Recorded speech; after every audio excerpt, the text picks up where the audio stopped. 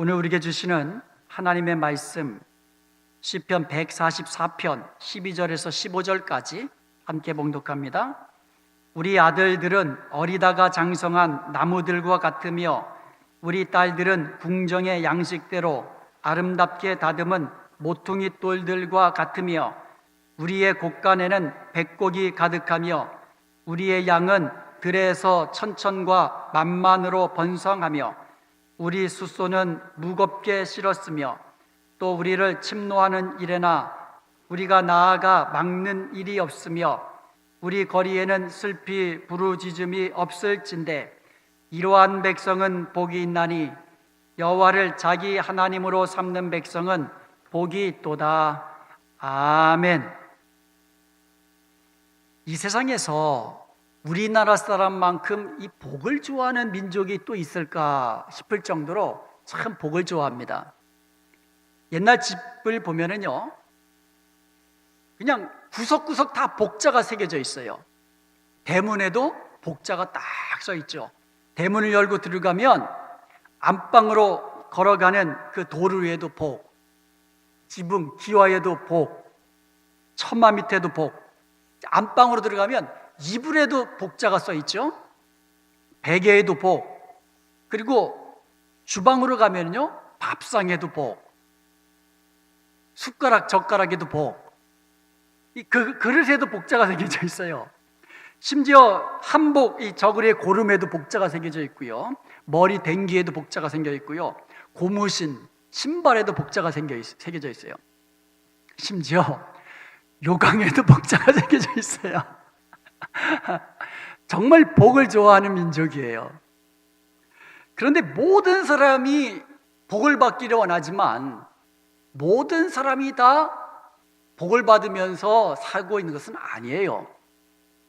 오직 여호와를 자기 하나님으로 삼는 사람이 복이 있다고 말씀하고 있습니다. 오늘 본문 15절 말씀을 보겠습니다. 이러한 백성은 복이 있나니 여호와를 자기 하나님으로 삼는 백성은 복이 있도다.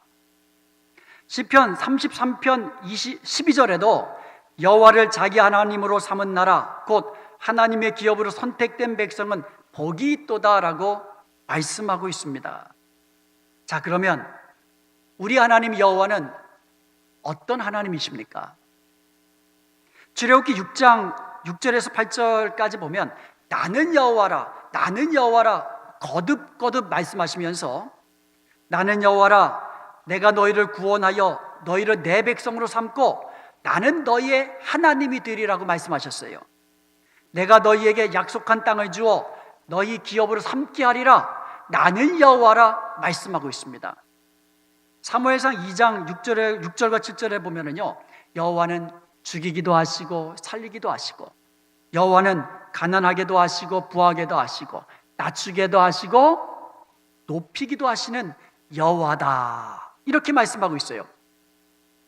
시편 146편 8절 이하에 보면 여호와께서는 맹인들의 눈을 여시고 여호와께서는 비굴한 자들을 일으키시고 여호와께서는 의인들을 사랑하시고 여호와께서는 나그네를 보호하시고 고아와 과부를 붙들어 주시는 하나님이시라고 말씀하고 있어요.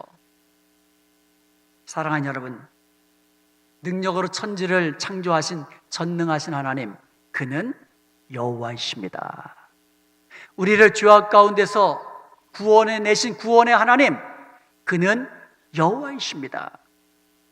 우리와 함께 하시며 우리를 지키시고 인도하신 하나님, 그는 여호와이십니다. 시편 144편 3절에 보면 여호와여, 사람이 무엇이긴데 주께서 그를 알아주시며 인생이 무엇이긴데 그를 생각하시나이까 말씀합니다. 이것을 시편 33편 13절 이하에 보면 좀 더 구체적으로 말씀하고 있어요. 여호와께서 하늘에 계시면서 이 세상에 있는 모든 인생을 살피신다고 했어요. 그들이 하는 모든 일들을 굽어보신다고 하셨습니다. 그러면서 18절과 19절에 보면 여호와는 그를 경외하는 자 곧 그의 인자하심을 바라는 자를 살피신다 그랬어요. 그들의 영혼을 사망에서 건지시며 그들이 굶주릴 때에 그들을 살리신다고 말씀하고 있습니다. 고난 중에 있는 영혼을 건져주십니다. 마음이 상한 자를 고쳐주십니다. 의에 줄이고 목마른 영혼을 함께 하셔서 주를 보게 하시는 그분이 바로 여호와 우리 하나님이신 줄로 믿습니다. 이런 여호와를 나의 하나님으로 모시고 사는 성도가 어찌 복되지 않을 수 있겠습니까? 생각해 보세요. 우리의 모든 것을 아시고 우리가 행하는 모든 것도 다 굽어보시면서 우리의 필요한 것대로 우리의 길을 인도하시고 예배하시는 그 여호와가 나의 하나님이라고 모든 능력의 강한 손으로 우리를 붙잡아 주셔서 우리를 안전한 길로 인도하시는 그분이 우리의 여호와라고 생각한다면 얼마나 복되고 행복한 것입니까? 여호와를 자기 하나님으로 삼는다는 것은요, 단순히 내가 하나님 믿습니다 이런 것을 의미하는 게 아니에요. 구약의 이스라엘 백성들 한번 보시기 바랍니다. 그들은 하나님을 믿는다는 백성이에요. 그런데도 그들이 하나님을 멀리하고 우상을 섬겼을 때에 하나님이 그들에게 진노를 발하시는 것을 우리는 많이 보아왔습니다. 그들이 하나님 사랑하지 않고 세상 것 사랑하고 세상 것 좋아하고 우상들을 경배할 때에 하나님은 복을 주시는 것이 아니라 오히려 진노로 채찍질하신 거예요. 하나님은 그런 백성들 복 주지 않습니다. 오늘날도 마찬가지예요. 여호와를 나의 하나님으로 삼고 하나님을 가까이 하고 하나님의 말씀을 경외하여서 하나님의 말씀대로 순종하는 그러한 성도들을 하나님께서 복을 주시지, 세상과 사랑하고 또 세상의 더러운 욕심과 정욕대로 살아가는 사람들, 성도라고 해서 모두 다 하나님의 복을 누리는 것은 아니라는 것입니다. 여호와를 자기 하나님으로 삼는 사람, 하나님을 가까이 하고 하나님을 경외하며 하나님의 말씀대로 순종하는 사람, 이러한 사람에게 하나님께서 복의 복을 더하여 주시는 것을 믿으시기를 주님의 이름으로 축원드립니다. 그러므로 우리가 여호와를 나의 하나님으로 삼고 하나님을 사랑하고 하나님을 섬기되 마음을 다하고 성품을 다하고 뜻을 다하여서 우리가 하나님을 섬겨 나갈 때에 하나님께서는 우리에게 복을 주시는데, 오늘 본문에는 특별히 대표적으로 세 가지 복을 우리에게 주신다고 약속해 주셨습니다. 자녀의 복과 물질의 복과 평강의 복입니다. 첫째로 자녀의 복입니다. 12절 함께 보겠습니다. 우리의 아들들은 어리다가 장성한 나무들과 같으며 우리의 딸들은 궁정의 양식대로 아름답게 다듬은 모퉁이 돌들과 같으며. 이런 우리의 아들들은요 그냥 삐딱하게 자라가지고 어디에도 쓸모없는, 그냥 땔감으로밖에 쓸모없는 그러한 이 자녀들이 아니라 곱게 자라고, 그리고 잘 자라고 굵게 자라서 제목으로도 쓰이고 기둥과 같이 존귀하게 쓰이게 된다는 거예요. 우리의 딸들은 길거리에서 그냥 발에 차이는 그런 쓸모없는 돌들이 아니라 궁전의 양식대로 아름답게 다듬은 모퉁이 돌처럼 귀하게 쓰임받게 된다는 축복의 말씀인 것입니다. 자식을 키우는 것을 종종 농사에 비유하기도 됩니다. 농사에 비유하는 경우가 많은데, 농사의 성공 여부를 결정짓는 것은 모판입니다. 모판에서 튼튼하게 잘 자란, 건강하게 잘 자란 모가 논에 옮겨 심겨졌을 때에도 잘 자라는 법입니다. 자식 농사에서 모판은 바로 부모입니다. 자녀들은요, 하나님을 가까이 모시고 하나님 사랑하고 섬기는 부모들의 모습을 보면서 배우면서 자라나는 것입니다. 사랑하는 여러분, 우리의 자녀들은요, 하나님이 우리에게 축복으로 주신 선물입니다.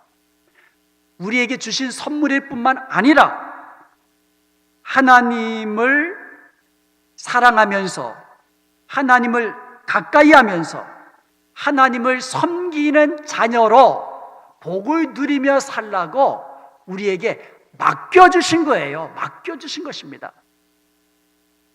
그러므로 우리는요, 우리의 자녀들이 하나님을 잘 섬기도록 하나님의 복을 누리며 살도록 그렇게 기도하면서 그렇게 이 맡겨준 자녀들을 충성스럽게 양육하며 그렇게 잘 길러야 되는 책임이 우리에게 있는 것입니다. 그러기 위해서는 부모된 내가 먼저, 부모된 우리가 먼저 하나님 가까이 하면서 하나님 사랑하고 섬기는 여호와를 나의 하나님으로 삼는 그러한 축복의 사람이 되어야 될 줄로 믿습니다. 출애굽기 20장 6절에도 보면은요, 나를 사랑하고 내 계명을 지키는 자에게는 1000대까지 은혜를 베푸신다고 축복의 약속을 주셨습니다. 시편 112편 1절과 2절에도 보면 할렐루야 여호와를 경외하며 그의 계명을 크게 즐거워하는 자는 복이 있도다. 그의 후손이 땅에서 강성하며 정직한 자들의 후손에는 복이 있도다 말씀하고 있습니다.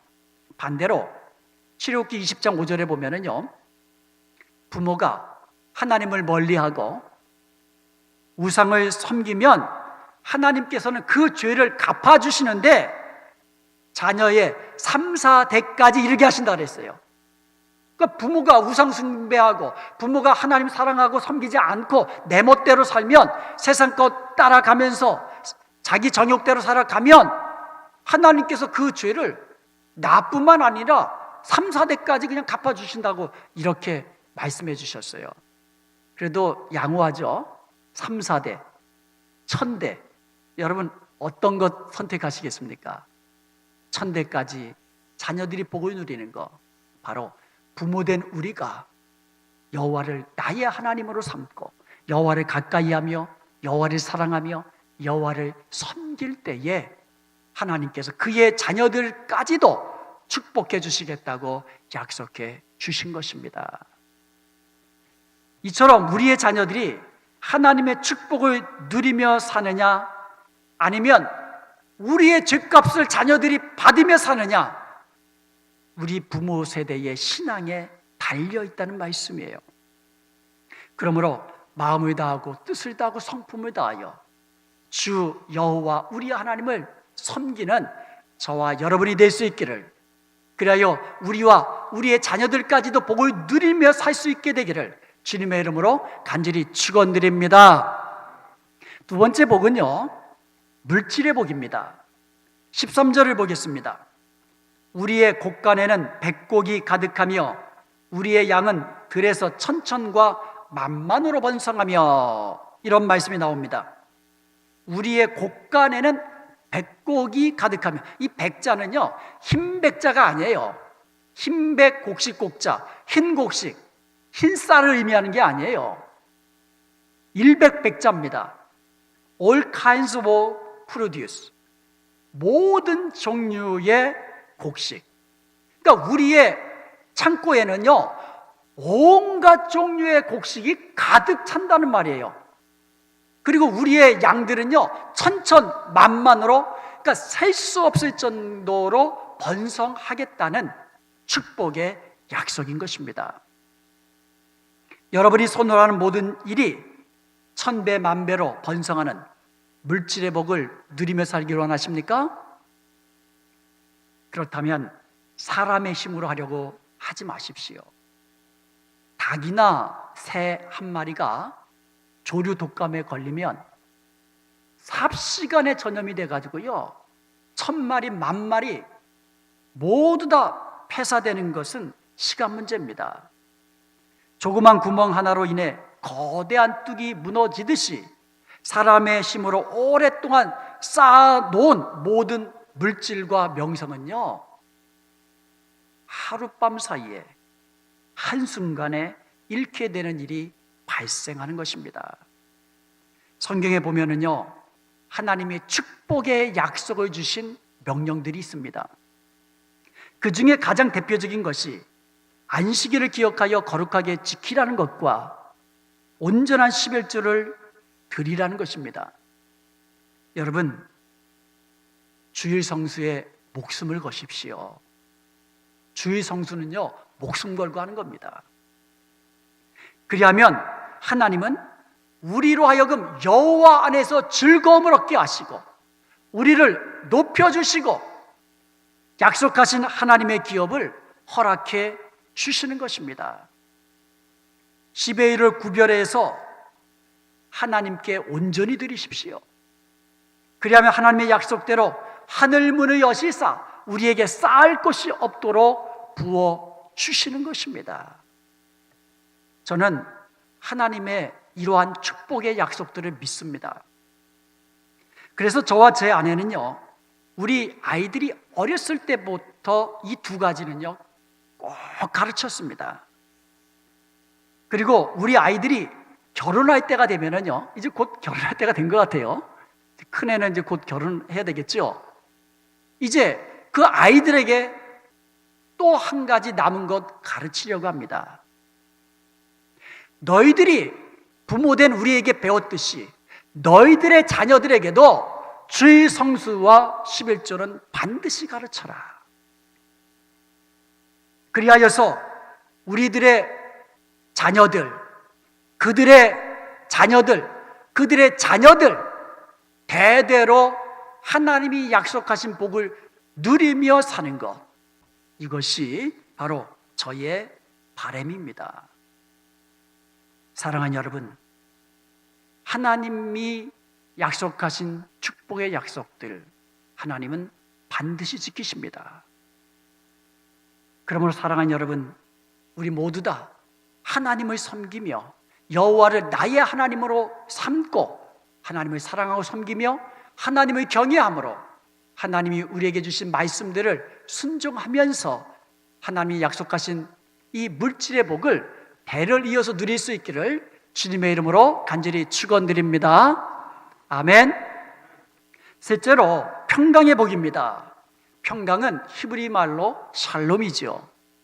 우리말로 하면 평안, 평화, 피스, 영어로 하면 피스가 되겠죠. 이것을 이제 의미하죠. 오늘 본문 14절에 보면은요, 또 우리를 침노하는 일에나 우리가 나아가 막는 일이 없으며 우리 거리에는 슬피 부르짖음이 없을 것이다, 이런 말씀해 주셨어요. 구약 성경 특별히 사사기에 보면은요, 이스라엘 백성들이 여호와를 의지함으로 전쟁에서 승리하게 되면 그때부터 이웃 나라들의 침노를 받지 아니하고 그 땅에 평화가 있었더라, 이런 말씀들이 거듭거듭 나옵니다. 근데 반대로 전쟁에서 패하게 되면 어떤 일이 발생합니까?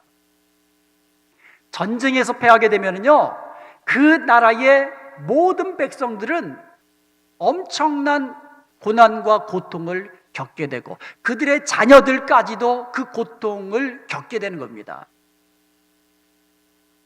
여호와 하나님을 나의 왕, 나의 하나님으로 모시고 살면서 하나님의 말씀대로 순종하는 그 나라와 그 백성들은 하나님이 주시는 승리로 인하여 평강의 복을 누리게 된다고 말씀하고 있는 거예요. 한국 사람들은요, 물질적인 복을 대단히 좋아합니다. 그렇죠? 뭐니 해도 머니가 최고라 그러잖아요. 그래서 한국 사람들은 머리를 굉장히 좋아합니다. 그런데 성경에 보면은요, 평강의 복을 최고의 복으로 치는 거예요. 평강의 복. 민수기 6장 26절에 보면 여호와가 그 얼굴을 내게 비추사 은혜 베푸시기를 원하며 여호와가 그 얼굴을 내게 향하여 드사 평강 주시기를 원하노라, 이런 말씀해 주셨어요. 이 말씀은요, 하나님께서 제사장들에게 여호와의 이름으로 백성들에게 은혜와 평강의 축복의 말씀을 하라고 그렇게 분부하신 말이에요. 그리고 신약의 서신서들을 보면 대부분이 하나님 우리 아버지와 우리 주 예수 그리스도로부터 은혜와 평강이 있기를 원하노라, 이러한 축복의 인사들이 오가는 것을 보게 됩니다.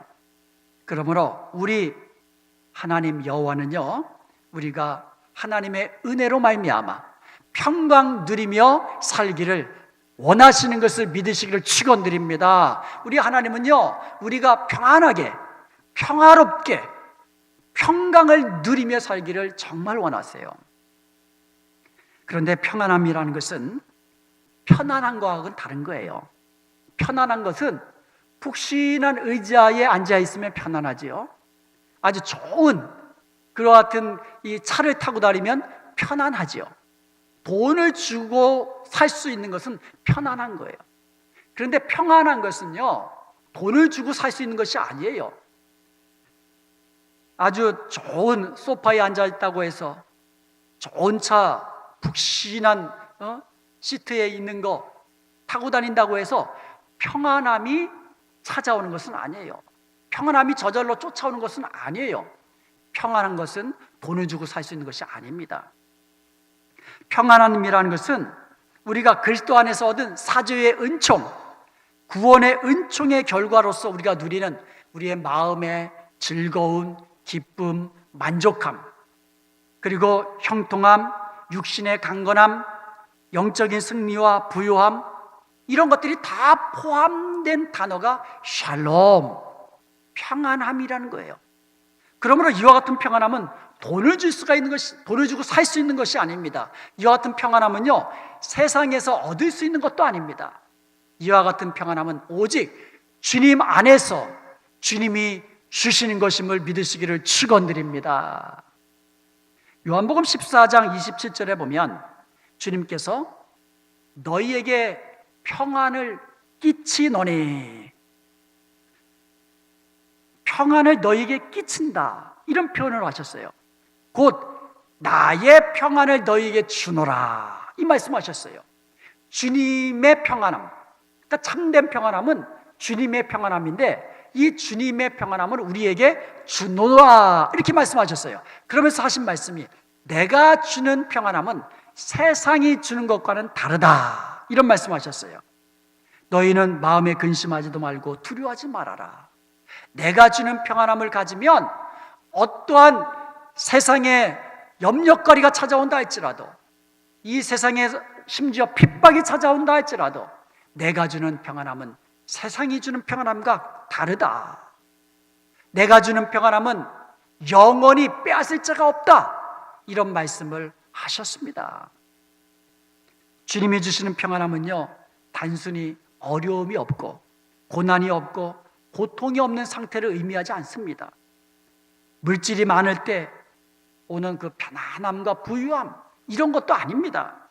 이 주님이 주시는 평안함은 우리가 주님 안에서 누리는,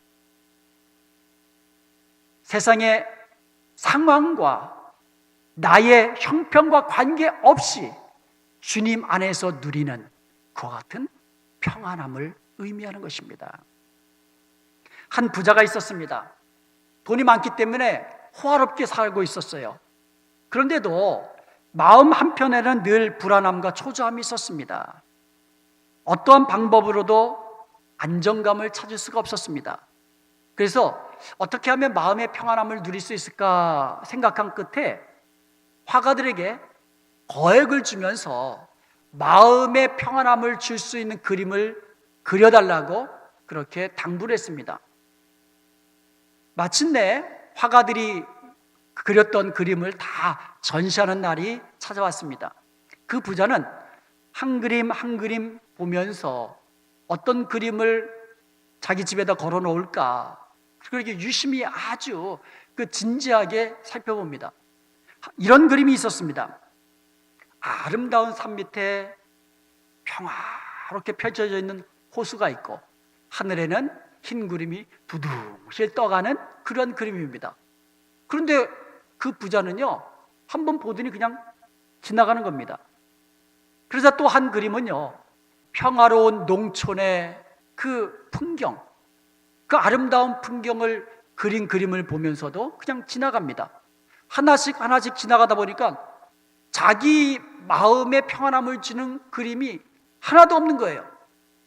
그러다가 마침내 마지막 그림을 딱 보았는데 그 그림은요, 평안한 것, 평화로운 것과는 아주 전혀 상관이 없는 듯한 그런 그림이었어요. 거대한 폭포수가 쏟아져 내리는데 암벽 한쪽 틈새로 조그만한 로빈새가 둥지에 틀어 앉아가지고는 알을 품고 있는 그런 그림이었습니다.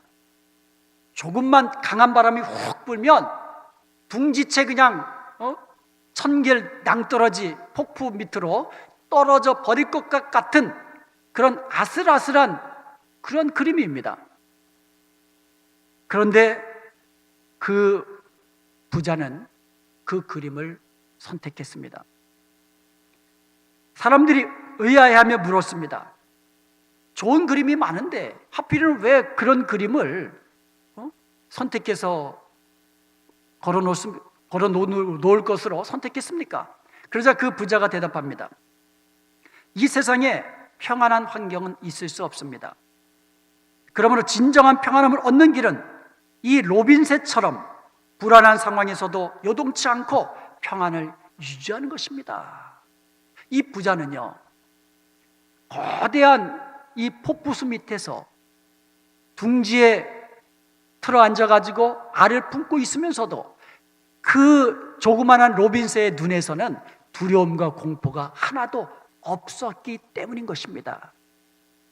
그러므로 참된 평안함은 세상에 그 바람이 없는 무풍지대에서 얻을 수 있는 것도 아니고 폭풍우와 같은 이와 같은 상황 속에서 얻지 못할 것도 아니라는 겁니다. 참된 평안함은 오직 주님 안에 있을 때에 주님이 주시는 평강으로 우리 심령이 기쁘고 즐겁고 만족함이 넘칠 때에 임하는 것인 것을 믿으시기를 축원드립니다. 우리의 평안을 찾을 수 있는 환경은 이 세상 어디에도 없습니다. 어디에 가면 이 세상에서 우리가 평강을 얻을 수 있겠습니까? 어디에도 없어요. 환경에서 평안을 찾으려 하면 우리에게 남는 것은 불안과 초조함과 좌절뿐입니다. 성도들은요, 무풍지대에서 평안함을 얻는 것이 아니라 오직 주님 안에서 주님이 나와 함께 하시며 강한 손으로 나를 붙들어 주신다라는 하나님이 나를 돌아보시며 나를 생각하시며 나의 필요한 모든 것을 공급해 주신다는 이와 같은 믿음의 확신이 있을 때에 주님이 주시는 참된 평안함을 누리게 되는 것을 믿으시기를 축원드립니다. 요한복음 20장 19절에 보면은요, 예수님이 죽으신 이후에 제자들이 굉장히 두려워했어요. 그래가지고 방 문마다 그냥 꼭꼭 닫아 걸고는 한가운데 모여 있었습니다. 그때에 부활하신 주님께서 찾아가셔서 제일 먼저 하신 말씀이 너희에게 평강이 있을지어다, 이 말씀이에요. 그리고는 곧이어서 19절에서 그렇게 말씀하셨는데 곧이어 21절에 또 말씀하십니다. 너희에게 평강이 있을지어다. 두려워하고 염려하는 제자들에게 주님이 말씀하셨습니다. 너희에게 평강이 있을지어다. 사랑하는 여러분, 우리에게 정말 필요한 것 주님이 주시는 평강인데 이것은 주님 안에 우리가 있을 때에 여호와를 나의 하나님으로 삼고 하나님을 사랑하고 섬기면서 주님 사랑 안에 있을 때에 누리게 되는 복인 것을 믿으시기를 간절히 소원드립니다. 사랑하는 여러분, 여호와는 저와 여러분을 생각해 주십니다. 여호와는 저와 여러분을 알아주십니다. 여호와는 저와 여러분을 돌보아 주시는 하나님이십니다. 여호와께서는 우리의 가정을 알고 아시고 여러분의 자녀까지도 아시고 생각해 주시는 좋으신 하나님이십니다. 여호와께서는 우리 교회의 모든 형편과 처지를 아시고 날마다 주의 손으로 붙잡아 주시는 그 선하심과 인자하심이 풍성하신 하나님이십니다. 이런 여호와를 나의 하나님으로 모시며 사십시다. 여호와를 가까이 하고 그분의 말씀을 즐겨 듣고 그 말씀대로 순종하며 사십시다. 그리하여 오늘 본문에서 약속하신 대로 자녀의 복과 물질의 복과 그리고 평안의 복을 대대로 누리며 사는 저와 여러분이 되시기를 주님의 이름으로 축원드립니다.